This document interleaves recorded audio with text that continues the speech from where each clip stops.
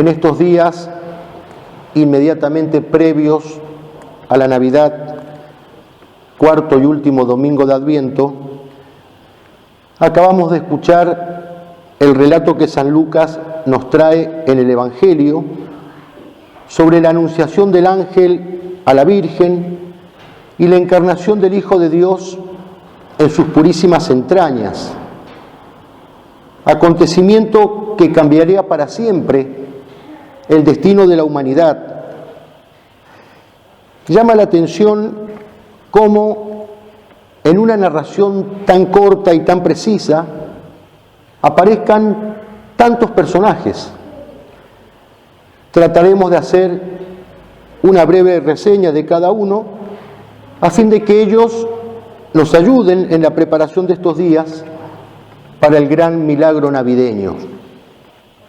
Por orden de importancia, en primer lugar, por supuesto, Dios, autor de todas las cosas, el Padre, a quien se le atribuye la creación, y dentro de la creación, el hombre, obra maestra de Dios, hechura de sus manos. Ese Dios que después de la caída de nuestros primeros padres tiene misericordia, tiene compasión del hombre caído y le promete un Redentor. En segundo lugar, su Hijo Jesucristo, el Hijo de Dios hecho hombre. Así como al Padre se le atribuye la creación, al Hijo se le atribuye la redención. Él, la segunda persona de la Santísima Trinidad, que se hace hombre, baja a la tierra para que los hombres subamos al cielo. En tercer lugar, la tercera persona de la Santísima Trinidad, el Espíritu Santo, a quien se le atribuye la santificación. Es Él quien cubre con su sombra y hace fecundo el seno virginal de María. Es el mismo Espíritu que más tarde descenderá en Pentecostés en forma de lenguas de fuego, cuando la iglesia naciente se vea invadida por una fuerza divina que viene de lo alto. Es el mismo Espíritu que aletea a lo largo de la historia para santificar nuestras almas con sus gracias, con sus dones, con su amor. El cuarto personaje es la Virgen María, la esclava de las tres divinas personas, aquella que por el misterio precisamente de la encarnación entra en el orden trinitario como hija, como madre y como esposa. Es la encargada, con su consentimiento, de hacer fecundo al Espíritu Santo, que a partir de ese momento será su esposo divino para siempre. Es ella la que proporcionó a Dios Hijo su carne y su sangre. Escribe el Papa San León Magno: el que es consustancial al Padre se dignó ser consustancial a una madre. El quinto personaje es el arcángel San Gabriel, el mensajero. Eso significa etimológicamente la palabra ángel, o sea, el chasqui de Dios, el enviado. El nombre Gabriel significa fortaleza de Dios. Es el ángel encargado de anunciar a la Virgen el misterio de la encarnación y el nacimiento de aquel que es el fuerte.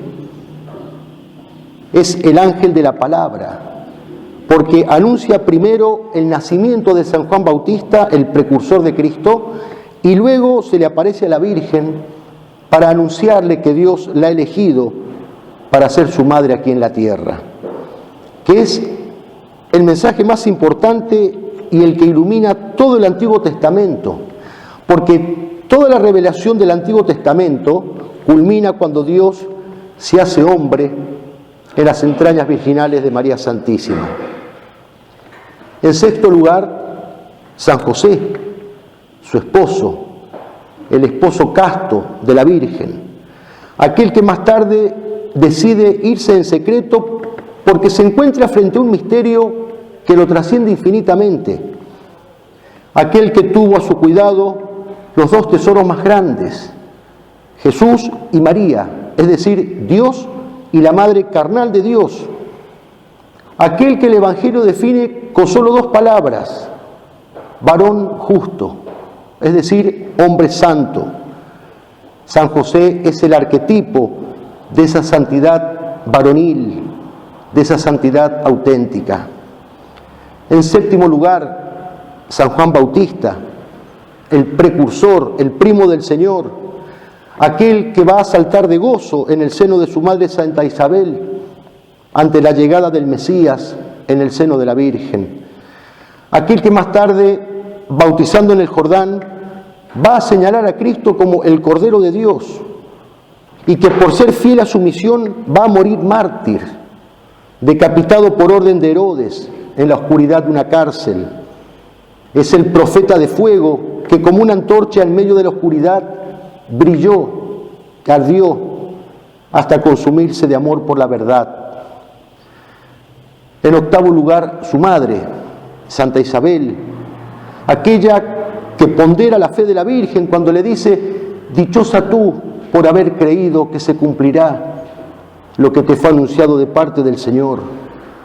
Isabel es el modelo de mujeres y de madres que saben engendrar hijos para Dios y para la Iglesia. En 9º lugar, Jacob, aquel que por mediación de su madre Rebeca recibe la bendición de su padre Isaac: quien te maldijere sea maldito, y quien te bendijere sea colmado de bendiciones. Jacob recibió más tarde el nombre de Israel y tuvo 12 hijos que fueron las cabezas de las 12 tribus de Israel. Dice San Luis María Griñón de Montfort que Jacob es figura de Cristo y de todos los predestinados. Y en 10º y último lugar, David, aquel niño del Antiguo Testamento, pastor de Israel, que con solo una onda venció al gigante Goliat, jefe de los filisteos, y que más tarde sería rey del pueblo de Dios y de cuyo linaje nacería Jesucristo. Y también David es figura del Mesías, Mesías cuya cruz es honda y callado, honda con la que venció al demonio y que como Rey de Reyes lo sometió, y callado con el que este buen pastor pastorea al pueblo redimido con su sangre. ¿Cuántos personajes, cuántos misterios, cuántas verdades encierra este corto relato de San Lucas? A pocos días de celebrar el gran misterio de la Navidad, ¿cuántas cosas podemos meditar y cuántas podemos aprender de cada uno de ellos? Ante todo, de Dios. Aprender de una vez y para siempre que es Padre y que nos ama como solo Dios puede amar. En segundo lugar, aprender de Jesucristo, esa obediencia hasta la muerte y muerte en cruz, como dice San Pablo, esa obediencia amorosa a los eternos y divinos designios, a veces incomprensibles, sabiendo que los planes de Dios no siempre son para entenderlos, sino para aceptarlos con amor. En tercer lugar, aprender del Espíritu Santo la hospitalidad a este divino huésped del alma, a quien recibimos por primera vez en el bautismo, a quien volvimos a recibir en la confirmación y a quien recibimos toda vez que crecemos en gracia, porque es Él quien santifica nuestras almas. Aprender en cuarto lugar de la Virgen, aprender a decirle a Dios que sí, sin reticencias, sin retasear nuestra generosidad. En quinto lugar, aprender de San Gabriel, el ángel de la palabra, aprender a correr, aprender a volar como Él, cuando se trata de anunciar a los hombres la palabra de Dios. En sexto lugar, aprender de San José esa santidad varonil y verdadera que no consiste en posturas, que no consiste en fingimientos, sino en custodiar los 2 tesoros más grandes, Cristo y María, particularmente en estos tiempos de profanación hacia Jesús, Eucaristía. En séptimo lugar, aprender de San Juan Bautista a ser pregoneros de Cristo heraldos de su amor, clarines del Evangelio, capaces de gritarlo a los cuatro vientos, sin miedo a las burlas, sin miedo a los castigos, sin miedo a la persecución, a la cárcel o a la muerte.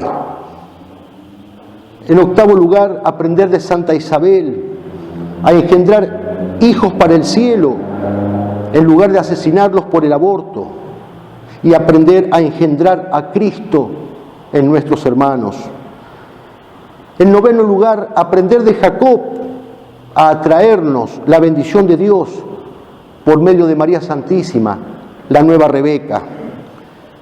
Y por último, aprender de David.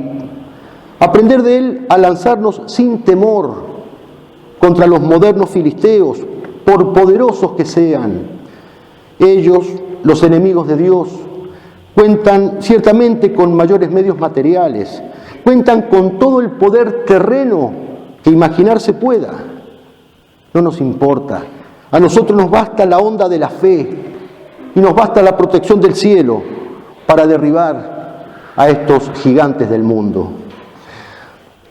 Pensémoslo y pidamos a estos seres humanos, angélicos y divinos del Evangelio de hoy su poderosa ayuda para que vayamos ascendiendo nosotros cada vez más de lo humano a lo angelical y de lo angelical a lo divino, y en lo divino quedemos un día extasiados en Dios por toda la eternidad.